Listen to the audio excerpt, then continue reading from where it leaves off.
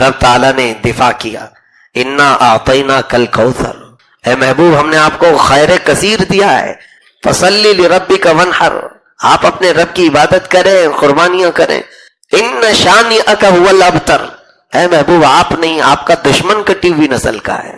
اور آج تک بتاؤ مجھے ابو لہب کی نسل ہے کہاں؟ ابو جہل کی اولاد کون ہے؟ اگر کوئی فخر سے بولتا ہے تو اسے سامنے لاؤ، کوئی نہیں ہوگا۔ اور آج چاہے کتنا بھی بگڑا ہوا کیوں نہ ہو، وہ ابو لہب اور ابو جہل کی طرف اپنے نسب کو ہرگز نہیں منسوب کرے گا۔ ہاں، رسول کریم صلی اللہ علیہ وسلم کی آل دنیا کے چپے چپے میں پائی جا رہی ہے، سادات کی خوشبوئیں ہر جگہ پر موجود ہیں۔ خلوص کی دولت آ جائے، دنیا میں جو کچھ بھی کر رہے ہو سب دکھاوے کے لیے نہیں ہے۔ کچھ عبادتیں ایسی ہیں جو تمہارے ساتھ راز رہے، تمہارے اور تمہارے پروردگار کے بیچ۔ ہر بات کی تشہیر کرنا ضروری نہیں ہوتا کہ لوگوں کی مدد آپ نے کیا تو پیپر میں چھاپ دیا، اور آپ کوئی نیکی کر رہے ہیں تو ضروری نہیں ہوتا کہ ہر چیز کی تشہیر کی جائے۔ ہاں، کچھ چیزوں میں حکمت اور مصلحت ہو سکتی ہے کہ لوگوں کو نیکی کی طرف بلانے کے لیے اعلان کیا گیا ہو، لیکن ہر چیز میں نہیں۔ عزیزان گرامی وقار، اخلاص جب کسی کے پاس ہو تو ایک اور حدیث میں آپ کو بتا دوں، بندے جو عبادت کرتے ہیں نا، یہاں پر دنیا میں بھی سب کا کچھ نہ کچھ ایک غرض ہے، کچھ نہ کچھ ایک مقصد ہے۔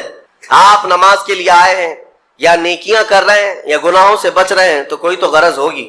ہاں، دو میں سے ایک چیز ہوگی، جہنم کا خوف ہوگا، اللہ کے عذابات سے ڈر لگتا ہوگا، اس لیے نماز پڑھ لیتے ہیں، پوری اپنی صحیح کر لیتے ہیں، یا تو پھر جنت کی نعمتوں کا شوق ہوگا کہ جنت میں جانا ہے، صحابہ تابعین اولیاء کاملین کے پڑوس میں رہنا ہے، یا تو شوق ہے یا تو ڈر ہے۔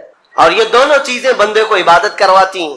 قیامت کے دن کے متعلق حدیث میں ملتا ہے، جب بخشے گئے ہوئے لوگ جن کو جنت بھیجا جا رہا ہے، جنتیوں کی بات کر رہا ہوں، عام کی نہیں، تو اس میں 3 کیٹیگری ہوں گی۔ ایک جماعت ہوگی جن سے اللہ تعالیٰ فرمائے گا کہ اے بندو، تمہارے اوپر آج جنت کھول دی گئی، تم بخش دیے گئے ہو، تم عبادت کرتے تھے دنیا میں، بتاؤ کیوں کرتے تھے؟ وہ بندے کہیں گے کہ مولا تیری جہنم سے بڑا ڈر لگتا تھا، اس کے عذابات کا خوف تھا، اس لیے ہم عبادت کرتے تھے۔ رب تعالیٰ فرماتا ہے کہ جس چیز سے تم ڈرتے تھے میں نے آج بچا لیا، جاؤ میری جنت میں، ان کو جنت بھیج دیا جائے۔ دوسری ایک جماعت، ان سے رب تبارک و تعالیٰ پوچھے گا تم کیوں عبادت کرتے تھے؟ تم بھی جنت کے مستحق ہو گئے ہو، آج بخشے گئے ہو۔ وہ لوگ کہیں گے کہ مولا ہمیں تیری جنت کی نعمتیں سننے کے بعد اس قدر شوق تھا کہ ہم وہ نعمتیں حاصل کرنے کے لیے دن رات عبادت کیے، ذکر کیے، تسبیح پڑھے، اور آج کامیاب ہوئے۔ رب تعالیٰ فرماتا ہے میری جنت کی خواہش کرنا بھی نیکی ہے، جاؤ میں تمہیں جنت دیتا ہوں۔ وہ بھی جنت میں چلے گئے۔ تیسری جماعت تھی، ان سے پوچھا جائے گا تم کیوں عبادت کرتے تھے؟ تم بھی آج جنت کے مستحق ہو گئے۔ وہ کہیں گے کہ مولا ہمیں تیرے جہنم کے عذابات کی بھی پرواہ نہیں، اور نہ ہی تیری جنت کی نعمتوں کی خواہش، بلکہ ہم تو صرف اور صرف تیری رضا کے لیے کرتے تھے، تو راضی ہو جا، ہم جنت اور دوزخ کے لیے نہیں۔ تو رب تبارک و تعالیٰ فرماتا ہے کہ یہ میرے مخلص بندے ہیں، خالص پیور اللہ کے لیے کرتے تھے۔ رب تعالیٰ فرماتا ہے جاؤ میں تم سے راضی ہو گیا، تم بھی جنت میں۔ جنت میں جانے کا حکم دے دیا جائے، لیکن فرمایا گیا وہ جماعت رک جائے گی، وہ کہیں گے نہیں ہم جنت میں نہیں جائیں گے۔ ایسا بھی کوئی ہے، وہ کہیں گے کہ مولا اگر ہم جنت میں جائیں گے تو اندر جو جنتی ہیں وہ ہمیں تانا ماریں گے، تم بھی جنت کے لیے کرتے تھے اور بولے کچھ اور ہو، بدلہ تو تم نے بھی لے لیا عبادتوں کا، ہمیں اپنی عبادتوں کا بدلہ نہیں چاہیے۔ رب تبارک و تعالیٰ فرماتا ہے میری رضا یہی ہے کہ تم جنت میں چلے جاؤ، میں تم سے راضی ہو گیا۔ وہ پھر رکے رہیں گے کہ مولا ہم نے جنت کے لیے نہیں تیری رضا کے لیے کیا ہے۔ پھر حکم ہوگا فرشتوں کو کہ ان کے ہاتھوں اور پیروں میں بیڑیاں باندھو اور کھینچ کے جنت میں لے جاؤ۔ وہ ایک جماعت ایسی ہے۔ یہ کون لوگ ہیں جو مخلصین ہیں، خالصتاً اللہ کے لیے عبادت کرتے تھے۔ عزیزان گرامی وقار، جو اللہ رب العزت کے لیے کرنے والے لوگ ہیں، اللہ تعالیٰ ان کو ہمیشہ ذلت اور رسوائی سے محفوظ رکھتا ہے۔ اخلاص، بنی اسرائیل میں ایک خاتون تھی اور اس کا بڑا گھرانہ تھا، اس کا باپ جو تھا وہ بڑا کنجوس اور بخیل آدمی، بڑے پیسے والا۔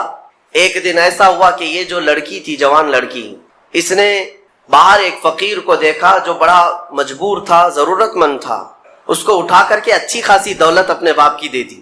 اور باپ کو پتا چلا تو اتنا غصے میں آیا کہ میں پوٹی کوڑی نہیں دیتا اور تو اتنی بڑی دولت اٹھا کر دے دی۔ اور غصے میں اپنی بیٹی کا ہاتھ کاٹ دیا، اس کا ہاتھ کٹ گیا، غصے میں تھا، باپ بخیل تھا، ہاتھ کاٹ دیا۔ بہرحال کٹے ہوئے ہاتھ کے ساتھ وہ رہنے لگی، تھی اللہ رب العزت کی رضا چاہنے والی۔ کئی دن تک اسی طرح گزر گئے۔ اب باپ بڑے پیسے والا تھا اس زمانے میں، وہ ہاتھ چھپا کر کے رہی۔ پھر اس کا رشتہ آیا ایک بہت بڑے خاندان سے، اور بڑے خاندان کا جو شہزادہ تھا اس نے پسند کر لیا۔ شادی کی ڈیٹ قریب آئی، ان لوگوں نے ہاتھ نہیں دیکھا، بس چہرہ اور باقی ساری چیزیں دیکھی، اور انہوں نے بھی چھپا رکھا کہ ہاتھ نہیں ہے۔ کٹے ہوئے ہاتھ کے ساتھ کون شادی کرے گا؟ بہرحال شادی ہو گئی۔ شادی ہونے کے بعد وہ گھر رخصت ہو گئی، اپنے نئے دولہے کے ساتھ وہ اپنے گھر پر بیٹھی ہے دسترخوان پر۔ وہ بائیں ہاتھ سے کھایا کرتی تھی، ایک ہاتھ تو کٹا ہوا تھا، چھپا کر کے رکھتی تھی۔ دسترخوان پر جب بیٹھی، اس کا نیا دولہا ہے، اس کے گھر والے، کھانے کے وقت اب ہاتھ نکالنے کی باری آ گئی۔ وہ بائیں ہاتھ سے کھا رہی تھی تو اس کے شوہر نے کہا کہ کیا سیدھے ہاتھ سے نہیں کھا سکتی؟ سیدھے ہاتھ سے کیوں نہیں کھا سکتی؟ اب اس کے رشتے کے ٹوٹنے کا وقت آ گیا، اگر پتہ چلے تو دھوکہ کیا ہے، کٹے ہوئے ہاتھ کے ساتھ ہمارے ساتھ نکاح ہوا ہے۔ اس کے آنکھوں میں آنسو آئے، وہ ہاتھ اپنے کپڑے کے اندر ہی چھپائی رہی۔ اچانک اسے غیب سے ایک آواز آئی، اے میری بندی ہاتھ نکال۔ اس نے اپنے دوپٹے کے اندر سے ہاتھ نکالا تو سیدھا ہاتھ پورا صحیح سلامت تھا۔ پھر وہ زمانہ موسیٰ علیہ السلام کا تھا، ان کی بارگاہ میں حاضری دے کر اس نے اپنا یہ واقعہ سنایا۔ سیدنا موسیٰ کلیم اللہ فرمانے لگے، مولا نے مجھے یہ وحی دے کر بھیجا اور ارشاد فرمایا کہ اے موسیٰ، ہم اس ہاتھ کو شرمندہ نہیں ہونے دینا چاہتے جو ہاتھ میری بارگاہ میں اخلاص سے اٹھاؤ۔ میرے عزیزو، یہ اخلاص کی دولت ہے۔ جو خالصتاً اللہ کے لیے کچھ کیا ہو، مولا اسے کبھی ذلیل نہیں ہونے دے گا، اسے بے عزت نہیں ہونے دے گا۔ اسی لیے کچھ کام ایسے کر جاؤ جو خالصتاً اللہ کے لیے ہو۔ رب تبارک و تعالیٰ کے لیے اب تک کیا کیا ہے اس کا بھی آپ کے پاس کچھ تو ہونا چاہیے۔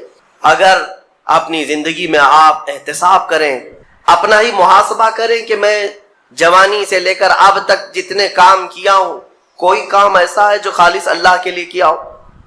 رسول پاک صلی اللہ تعالیٰ علیہ وسلم کی ایک حدیث میں آپ کے سامنے عرض کرتا ہوں، اخلاص میں کتنی طاقت ہے وہ بتاتا ہوں۔ حضور اکرم صلی اللہ علیہ وسلم فرماتے ہیں، صحیح حدیث ہے یہ، 3 لوگ سفر پر تھے، 3 دوست تھے، یہ تینوں سفر پر تھے اور یہ پہاڑوں کے راستے سے جا رہے تھے۔ ایک پہاڑ کے غار میں ان لوگوں نے پناہ لینے کے لیے تھوڑی دیر آرام کیا اور بارشیں شروع ہو گئیں، طوفانی بارش، اور ایسی بارشیں آئی کہ پہاڑ کے پتھر کھسکنے لگے اور ایک بہت بڑی چٹان کھسک کر کے یہ غار کے منہ پر آ کر گر گئی۔ غار بند اور یہ اندر 3 بیٹھے ہوئے ہیں، ہاتھ کے ہلانے سے تو پتھر جانے والا نہیں، ایک بڑی چٹان گر کر کے بند ہو چکی، ان کی قبر وہیں بننے والی۔ 3 لوگ ہلا کر کے کیا ہٹا سکتے تھے؟ اب تینوں لوگوں نے کیا کیا؟ میرے آقا صلی اللہ علیہ وسلم فرماتے ہیں تینوں رونے لگے کہ اب ہماری موت یہیں پر ہونے والی ہے، ختم ہے، لیکن اس سے پہلے چلو اللہ کی بارگاہ میں اپنی زندگی کی کوئی ایسی چیز ہو جو تم نے خالص اس کے لیے کیا تھا، اس نیکی کو وسیلہ بنا کر کے دعا کرتے ہیں، دیکھتے ہیں پتھر ہٹتا ہے کیا۔ تو تینوں نے اپنی اپنی زندگی کی ایک ایک چیزیں شمار کرنا شروع کیا۔ توجہ چاہتا ہوں، پہلے ایک بندہ سجدے میں گرتا ہے اور عرض کرتا ہے، مولا تو جانتا ہے میری ایک بوڑھی ماں تھی، ماں کی خدمت بہت کیا کرتا تھا، ماں کی بہت تعظیم کرتا تھا۔ ایک دن رات کو جب میں گھر پہنچا تو میرے پاس صرف ایک روٹی تھی اور تھوڑا سا دودھ تھا۔ میرے گھر کے کئی بچے تھے، بچے بھی بھوکے تھے، لیکن میری ماں بوڑھی تھی، تو میں جب بھی گھر رات کو پہنچتا پہلے اپنی ماں کو کھلاتا، اس کے بعد اپنے بچوں کو کھانا دیتا۔ اس دن ایسا ہوا کہ میرے پاس صرف ایک روٹی اور تھوڑا سا دودھ تھا، ماں بھی بھوکی تھی اور بچے بھی۔ بچے آ کر لپٹ گئے، کہنے لگے کہ ہمارے لیے کھانا، بھوک کی شدت ہے۔ میں نے بچوں کو تھوڑی دیر کے لیے بٹھایا گھر کے باہر اور اس روٹی کو چور کر دودھ میں اپنی بوڑھی ماں کو کھلایا۔ میری بوڑھی ماں جو بھوکی تھی وہ پوری روٹی کھا گئی اور پورا شکم سیر ہو کر وہ دعا کرتے ہوئے سو گئی۔ اس رات کو میں بھی بھوکا رہا، میرے بچے بھی بھوکے رہے، ہمارے گھر میں اس کے علاوہ کوئی کھانا نہیں تھا۔ اے رب ذوالجلال، میں نے اپنی ماں کے ساتھ یہ جو حسن سلوک کیا خالص تجھے راضی کرنے کے لیے، خالص تجھے راضی کرنے کے لیے۔ مولا اگر یہ میری نیکی تجھے پسند ہے تو یہ چٹان کو ہٹا دے۔ وہ دعا کر رہا تھا، چٹان تھوڑی کھسک گئی، اپنے آپ کھسک گئی، لیکن اتنی نہیں کہ وہ نکل سکیں۔ دوسرا جو ساتھی تھا وہ سجدے میں گرا اور وہ دعا کرنے لگا۔ یہ پوری حدیث پاک موجود ہے جس کو میرے آقا نے بیان کیا۔ میرے عزیزو، زندگی میں کوئی ایسی چیز ہو جو اللہ کے لیے کیا ہو، پھر دیکھنا زندگی کی مصیبتیں آئیں، اسی نیکی کو تم اللہ کی بارگاہ میں رکھ سکتے ہو۔ دوسرا سجدے میں گرتا اور کہتا ہے، مولا تو بہتر جانتا ہے، میں اپنی چچیری بہن کا عاشق ہو گیا تھا۔ اس کی چچیری بہن تھی، چاچا کی بیٹی، عاشق ہو گیا اور ہم دونوں میں معاشقہ چلنے لگا، ایک دوسرے سے محبت کرنے لگے۔ ایک دن ایسا آیا کہ ہمارے گھر والے اور اس کے گھر والے سب باہر چلے گئے، ہم دونوں تنہا رہ گئے اور ہم دونوں ایک کمرے کے اندر آئے۔ ہم دونوں نے گناہ کرنے کا ارادہ کر لیا۔ شادی تو نہیں ہوئی تھی، نکاح بھی نہیں ہوا تھا، دونوں کھڑے ہوئے، گناہ کرنے کا ارادہ ہی تھا کہ ہم دونوں کو اچانک خیال آیا میرا رب دیکھ رہا ہے۔ ہم کپڑے اتارے اس کے سامنے جو ہمارے دلوں کے حالات بھی جانتا ہے، تو وہ میری چچیری بہن وہ بھی رونے لگی، میں بھی رونے لگا اور ہم ایک دوسرے کو ہاتھ نہیں لگائے۔ مولا اس زنا سے اور اس بدکاری سے اگر میں بچا تھا تو میرے رشتہ داروں سے ڈر کر نہیں، خالص تیری رضا کے لیے، کہ مولا کریم کی اس سلطنت کو میں اپنے گناہوں سے پامال نہیں کروں گا۔ تو جب یہ وہ کہنے لگا اور عرض کیا، مولا اگر میں وہ رات گناہ سے بچاؤں، تیری بارگاہ میں میرا وہ بچنا پسند ہے، تو اس چٹان کو تو ہٹا دے۔ حدیث پاک میں چٹان اور کھسک گئی۔ تیسرا شخص تھا، وہ سجدے میں گرا اور کہنے لگا، اے رب ذوالجلال تو بہتر جانتا ہے، میں ایک زمین اور جائیداد کا مالک تھا، میرے پاس کئی مزدور کام کیا کرتے تھے، اور ایک مرتبہ ایسا ہوا کہ میں مہینہ ختم ہوتے ہی سارے مزدوروں کو ان کی تنخواہ دے دیا کرتا۔ ایک مزدور ایسا ہے جو اپنی تنخواہ لیے بغیر چلا گیا، ایک مزدور تنخواہ لیے بغیر چلا گیا، اور اس کی تنخواہ میں نے سنبھال کر رکھی اور اس سے ایک بکری خرید لیا۔ میاں لوگ تو کسی کی سیلری ہو دبا کر کے کھا جائیں گے، اور یہ حدیث پاک میں جس کے لیے کہا جا رہا ہے وہ بندہ کہتا ہے میں اس کی پوری تنخواہ سے ایک بکری خرید لیا، بکری کو پالنے لگا، وہ مزدور آیا نہیں، وہ مزدور چلا گیا، مہینوں چلا گیا، بکری کو میں پالتا رہا، بکری نے بچے دی، بچوں کے بچے ہوئے، بچوں کے بچے ہوئے۔ اے رب ذوالجلال تو نے اتنی برکت دی کہ اس ایک بکری سے ایک پورا میدان، کئی ہزار بکریاں بھر گئی، کئی ہزار بکریاں کئی سالوں کے اندر۔ وہ ان بکریوں میں نہ کسی کو بیچتا تھا نہ کسی کو ذبح کرتا تھا، سب بکریاں رکھا۔ کئی سالوں کے بعد اچانک وہ مزدور واپس آیا اور اس نے آ کر مجھ سے کہا کہ مالک میں آپ کے ہاں خدمت کرتا تھا، آپ کو یاد ہے کچھ سالوں پہلے میں نے اپنی تنخواہ چھوڑ دی تھی، ایک مہینے کی تنخواہ نہیں لیا تھا؟ تو میں نے اس سے کہا کہ ہاں مجھے اچھی طرح سے یاد ہے، اور اس کا ہاتھ پکڑ کر کے ان بکریوں کے ریوڑ کے پاس لے گیا اور کہا یہ تیری تنخواہ ہے، یہ پوری تیری تنخواہ ہے۔ اس نے کہا میرے ساتھ کیا مذاق کر رہے ہو مالک، میری تنخواہ اتنی ہے کہ اس زمانے میں ایک بکری بھی نہیں آ سکتی۔ اس نے کہا ہاں بالکل تو صحیح کہہ رہا ہے، لیکن اس زمانے میں ایک بکری خرید لی میں نے، اور اسی بکری سے اللہ نے اتنی برکت دی، اس میں میرا ایک بھی حصہ نہیں، تیری ان بکریوں کا دودھ تک میں نے نہیں پیا، صرف اور صرف تیرے انتظار میں، اور یہ ساری بکریاں تو لے جا۔ اور وہ مزدور خوشی خوشی اپنے پورے ریوڑ کو، آج کے زمانے کے وہ کئی لاکھوں کی بکریاں ہوں گی، وہ مزدور لے گیا۔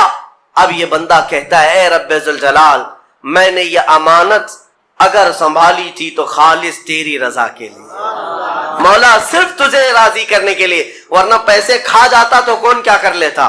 آج میں آپ کو بتاؤں، امام اگر نماز پڑھا رہا ہے، مسئلہ سن لیجیے آپ، اگر نماز پڑھا رہے ہیں، آپ نماز میں نہیں ہیں، باہر کھڑے تھے، کچھ غلطی نظر بھی آ گئی امام کی، اور آپ نے پیچھے سے لقمہ دیا کھڑے ہو کر، اور امام نے لقمہ لے لیا تو پوروں کی نماز گئی۔ اور ایک مرتبہ حضور اکرم صلی اللہ تعالیٰ علیہ وسلم بنو سلمہ کا ایک محلہ تھا، وہاں پر ایک علاقے میں دوپہر کے وقت تشریف لے گئے اور ظہر کی نماز پڑھا رہے تھے۔ ظہر کی نماز فرض نماز کتنی رکعت ہے؟ 4 رکعت ہے۔ نبی پاک صلی اللہ تعالیٰ علیہ وسلم اس طرف منہ کر کے، اگر وہاں پر مدینے میں اگر آپ جائیں گے، بیت المقدس اس طرف ہے تو خانہ کعبہ اس طرف ہے، دونوں اپوزٹ ڈائریکشن میں، بالکل اپوزٹ ہے۔ تو نبی پاک صلی اللہ علیہ وسلم نماز پڑھا رہے تھے، دل میں خیال آیا، حضور کے دل میں خیال کہ ہمارا قبلہ بیت المقدس کی بجائے خانہ کعبہ ہوتا تو اچھا ہوتا۔ یہ کہاں حضور کے دل میں خیال آیا، کسی کا سے ذکر نہیں فرمایا، اور حضور نے دل میں یہ خیال کر کے آسمان کی طرف چہرہ اٹھایا، 1 بار 2 بار، نبی پاک صلی اللہ علیہ وسلم اپنا چہرہ آسمان کی طرف اٹھا رہے تھے. کس سوچ سے, کس امید سے کہ قبلہ ہمارا بیت المقدس کی بجائے خانہ کعبہ ہوتا.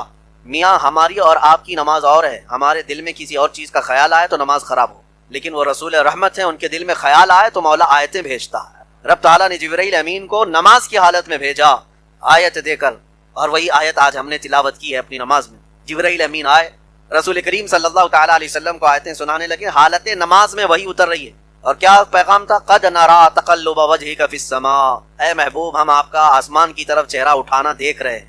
رب تبارک و تعالیٰ فرماتا ہے ہم آپ کا چہرہ اٹھانا دیکھ رہے ہیں. فلنولینک قبلۃ ترضاها, اے محبوب ہم آپ کو اسی طرف پھیر دیں گے جہاں آپ کی رضا ہوگی, جہاں آپ کی خواہش ہے, جہاں آپ کی مرضی ہے. اسی لیے امام اہل سنت فاضل بریلوی رحمۃ اللہ تعالیٰ علیہ فرماتے ہیں خدا کی رضا چاہتے ہیں دو عالم. پوری کائنات کس کی رضا چاہتی ہے؟ اللہ راضی ہو جائے, تم بھی چاہتے ہو, ہم بھی چاہتے, ساری دنیا چاہتی. خدا کی رضا چاہتے ہیں دو عالم. خدا چاہتا ہے رضا محمد, لیکن خدا کس کی رضا چاہتا ہے؟ میرا حبیب راضی. آیت تو اتر گئی, ہم آپ کو اس طرف پھیر دیں گے جس طرف آپ کی مرضی ہے اے محبوب. لیکن اسی کے فوراً بعد دوسری آیت آئی, فَوَلِّ وَجْهَكَ شَطْرَ الْمَسْجِدِ الْحَرَامِ, دیر کس بات کی اے محبوب, اسی نماز میں اپنا چہرہ آپ خانہ کعبہ کی طرف کر لیں. اسی نماز میں, یہ نہیں کہ ابھی ظہر ہو جانے تو عصر کے بعد, نہیں, رسول کی رضا ہے, 2 رکعت ہو چکی, ابھی آپ چہرہ پھیر لیں. حضور کی رضا میں کسی بات کی تاخیر مولا نہیں فرماتا, مولا نہیں فرماتا. حضور 2 رکعت پڑھا چکے تھے, اسی وقت نبی پاک صلی اللہ علیہ وسلم گھوم گئے اور اپنا چہرہ گھما کر کے خانہ کعبہ کی طرف کر لیا, خانہ کعبہ کی طرف پھر گئے. میرے عزیزوں, پیچھے صحابہ بھی کھڑے تھے جو جماعت چل رہی تھی. امام اگر گھوم جائے تو مقتدیوں کا چہرہ اور اس کا چہرہ آمنے سامنے ہو جائے گا. اگر آج امام گھوم جائے تو آپ پکڑ کے پھر اس کو سیدھا کر دیں, میاں ادھر کیوں گھوم رہے ہو, اور اگر گھوم گئے تو ہماری نماز خراب ہو. لیکن وہ رسول اللہ کے اطاعت شعار صحابہ تھے, سمجھتے تھے شریعت اسی کا نام ہے جس طرف چہرہ رسول ہو جائے.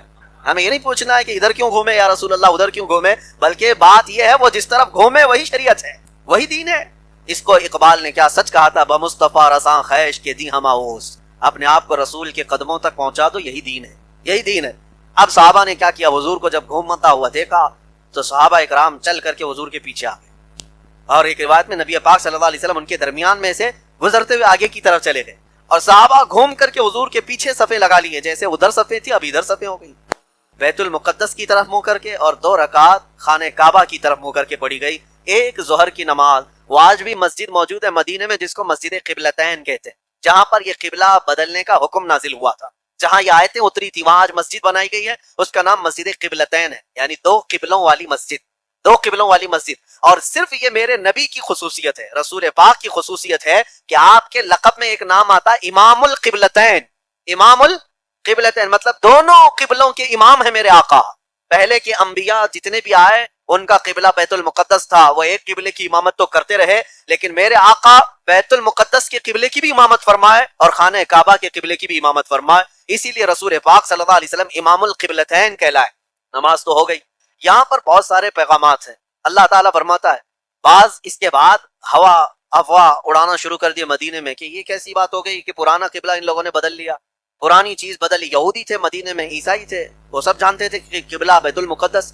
تو اللہ تبارک و تعالیٰ نے فرمائے ان کے متعلق سیقول السفہاء من الناس, سفہاء ان کو کہا گیا ہے اے رسول ان قریب بیوقوف لوگ یہ کہنے لگ جائیں گے, بیوقوف لوگ, کہ رسول نے قبلہ کیسے بدل لیا, کیا شریعت ان کے گھر کی ہے؟ رسول تو اللہ تبارک و تعالیٰ کے آخری پیغمبر ہیں, ان کے لیے احکام اترے. اور اللہ نے فرمایا وما انت بتابع قبلتهم, اے محبوب آپ ان کے قبلے کی پیروی کرنے والوں میں سے نہیں ہیں, آپ تھوڑی نہ مقتدی ہیں ان کے, آپ امام ہیں, جس طرف آپ گھومیں گے سب کا قبلہ وہی ہے. حضور پاک صلی اللہ تعالیٰ علیہ وسلم کی افضلیت اور فضیلت یہاں پر بیان کی گئی پہلے صفحے میں. اور پھر اب دیکھیں صحابہ کی اطاعت شعاری کیا تھی, اللہ اکبر. انہوں نے پوچھا بھی نہیں نماز میں کہ ادھر سے حضور ادھر کیوں ہوئے. خود رسول پاک صلی اللہ علیہ وسلم نے نماز کے بعد فرمایا اے مسلمانوں مبارک ہو, اب اللہ تعالیٰ نے ہماری پسند کا قبلہ خانہ کعبہ کر دیا, اور قیامت تک کے مسلمانوں کے لیے اب قبلہ خانہ کعبہ ہوگا. حضور نے یہ پیغام دیا, بشارت دی. اب سنیے صحابہ کرام رضوان اللہ تعالیٰ علیہ مجمعین کتنا فوری عمل کرنے والے, جس کو کہتے ہیں کوئک طریقے سے فوراً حضور کا فرمانا ہے ادھر عمل کی. وہ یہ سوچتے بھی نہیں. شراب بھی جب حرام ہوئی تھی, جس کے ہاتھ میں پیالے تھے وہیں سے چھوڑ دیا تھا انہوں نے. کوئی اگر ہونٹوں تک لگایا تھا اور فرمان رسول سنائی دے دیا کہ آج سے شراب حرام ہے, وہیں سے انہوں نے پھینک دیا. 50 سال پرانی شراب پھینک دیا. مدینے کی پوری نالیاں جو ہے گٹر شراب سے بھر گئی تھی, سب نے توڑ دیے تھے. وہ فرمان رسول پر اتنی تیزی سے عمل کرتے تھے کہ چوں چرا نہیں, کیوں اور کیا وجہ بھی نہیں پوچھتے. اب میں آپ کو جو بات بتا رہا ہوں اور تعجب کی ہے، یہ وہ صحابہ تھے جنہوں نے حضور کو گھومتے ہوئے تو دیکھا تھا، حضور کے پیچھے نماز پڑھے. اب ان کی ظہر تو ہو گئی، واپس جا رہے تھے مدینہ طیبہ کی طرف. بیچ راستے میں کچھ صحابہ اور بھی کہیں جماعت سے نماز پڑھ رہے تھے، تو حضور کے پیچھے پڑے ہوئے جو صحابہ تھے وہ گزر رہے تھے. انہوں نے دیکھا کہ ایک جماعت یہاں نماز پڑھ رہی ہے اور ان کا قبلہ بیت المقدس کی طرف ہے. ان کو تو پتہ نہیں ہے، لیکن ان کو پتہ ہے کہ رسول اللہ کے پیچھے یہ نماز پڑھ کر کیا ہے. تو گزرتے گزرتے نماز کی حالت میں وہ جو صحابہ تھے، پیچھے سے ایک صحابی نے پکار کر کہا، اے مسلمانوں، اللہ کے رسول کی مرضی کے لیے اللہ نے قبلہ بدل دیا، اب بیت المقدس نہیں خانہ کعبہ قبلہ ہے. پیچھے سے آواز دے رہے ایک صحابی اور سارے صحابہ گھوم کر خانہ کعبہ کی طرف. کیوں؟ ان کے کانوں میں بات یہ پڑی کہ رسول اللہ نے فرمایا. آج میں آپ کو بتاؤں، امام اگر نماز پڑھا رہا ہے، مسئلہ سن لیجیے، آپ اگر نماز پڑھا رہے ہیں، آپ نماز میں نہیں ہیں، باہر کھڑے تھے، کچھ غلطی نظر بھی آ گئی امام کی اور آپ نے پیچھے سے لقمہ دیا کھڑے ہو کر اور امام نے لقمہ لے لیا تو پوروں کی نماز گئی. کیونکہ خارج نماز اگر کوئی ہے، نماز میں نہیں تھا، باہر کھڑا ہوا تھا اور کھڑے ہو کر کے اس نے لقمہ دے دیا، اس کا لقمہ اگر امام نے لے لیا تو امام کی بھی نماز گئی اور سب کی بھی نماز گئی. ہاں، نماز کے اندر جو موجود ہے وہ اگر لقمہ دیتا ہے تو امام اگر اس کا لقمہ لیا تو نماز صحیح ہے، درست ہے. خارج نماز اگر کوئی کہہ رہا ہے، یعنی جیسے میں کھڑا تھا اور سجدے کے بعد دوسری رکعت کے لیے کھڑا ہونا تھا لیکن ہم بیٹھ گئے، یاد نہیں تھا، بیٹھ رہے تھے لیکن باہر کھڑا ہوا کوئی آدمی برابر واچ کر رہا ہوگا، دیکھ رہا ہوگا، اس نے چلا کر کہا اللہ اکبر، وہ نماز میں نہیں تھا، امام کو یاد آیا اور کھڑا ہو گیا دوسرے کی تکبیر سن کر، تو یہ باہر والے کی تکبیر کا لقمہ لے کر اگر امام کھڑا ہوا تو اس کی نماز باطل، ختم ہو. اور جو پیچھے تھے بیچارے ان کی بھی نماز گئی، امام کی گئی تو سب مقتدیوں کی گئی. یہ مسئلہ میں اس لیے بتا رہا ہوں کہ یہ ہمارا اور آپ کا معاملہ ہے، لیکن مدینے میں وہ صحابہ جو خانہ کعبہ کی بجائے بیت المقدس کی طرف منہ کر کے پڑھ رہے تھے، لیکن پیچھے سے کھڑے ہو کر کے ایک صحابی نے جو نماز میں نہیں تھے، انہوں نے پکار کر کہا ہے مسلمانوں قبلہ بدل گیا ہے، بیت المقدس نہیں خانہ کعبہ ہے. نماز کی حالت میں غیر نمازی جو خارج نماز، اس کا لقمہ یہ صحابہ نے لیا اور نماز کی حالت میں پھر گئے، لیکن کسی کی نماز خراب نہیں ہوئی، کسی کی نماز نہیں ٹوٹی. کیوں؟ اس لیے کہ وہ صحابہ فرمان رسول پر عمل کر رہے تھے. جب رسول پاک کی اطاعت میں ہے تو وہ عبادت میں ہے. یہاں تک کہ ایک آیت ہے 9ویں پارے میں، آپ جب تلاوت ہوگی تو بتاتا ہوں. حضور پاک صلی اللہ تعالیٰ علیہ وسلم ایک صحابی کا نام لے کر پکار رہے تھے، فلاں بن فلاں کہاں ہے؟ وہ نماز میں تھے، وہ نماز میں تھے. حضور نے 2 مرتبہ پکارا تو وہ نماز اپنی کمپلیٹ کر کے پھر آئے حضور کے پاس. مسئلہ سنیے آپ. جب وہ آئے تو حضور پاک صلی اللہ علیہ وسلم نے پوچھا میں نے تمہیں پکارا، آواز دی، تم کہاں تھے؟ تو انہوں نے کہا یا رسول اللہ نماز پڑھ رہا تھا. کہا تمہیں اللہ کا فرمان یاد نہیں؟ یا ایھا الذین آمنوا استجیبوا للہ وللرسول اذا دعاکم، اے ایمان والو جب اللہ اور اس کے رسول بلائیں فوراً حاضر ہو جاؤ. صحابی نے پوچھا یا رسول اللہ نماز کی حالت میں بھی، یعنی نماز پڑھ رہا ہوں اس وقت بھی اگر آپ بلائیں تب بھی؟ تو سنو مسئلہ. حضور نے فرمایا ہاں، اگر نماز کی حالت میں 1 رکعت ہوئی تھی، حضور نے بلایا، تم وہیں چھوڑ کر کے آ گئے نماز، نبی پاک صلی اللہ علیہ وسلم کی بارگاہ میں حاضر ہوئے، حضور نے تمہیں کام کے لیے بازار بھیجا، سامان لائے، کسی کو پہنچانے کے لیے کہا، پہنچایا، راستے میں لوگوں سے بات چیت کیا، ملاقات کیا، گھر گئے، واپس آئے، فرمایا گیا جہاں 1 رکعت چھوٹی تھی اس کے آگے سے کنٹینیو کرے، اس لیے کہ ابھی بھی وہ نماز میں ہی ہے، ابھی بھی وہ عبادت میں ہے. کیوں؟ اس کی نماز باطل نہیں ہوئی، جتنی دیر وہ باہر گیا تھا وہ اپنی مرضی سے نہیں، وہ مرضی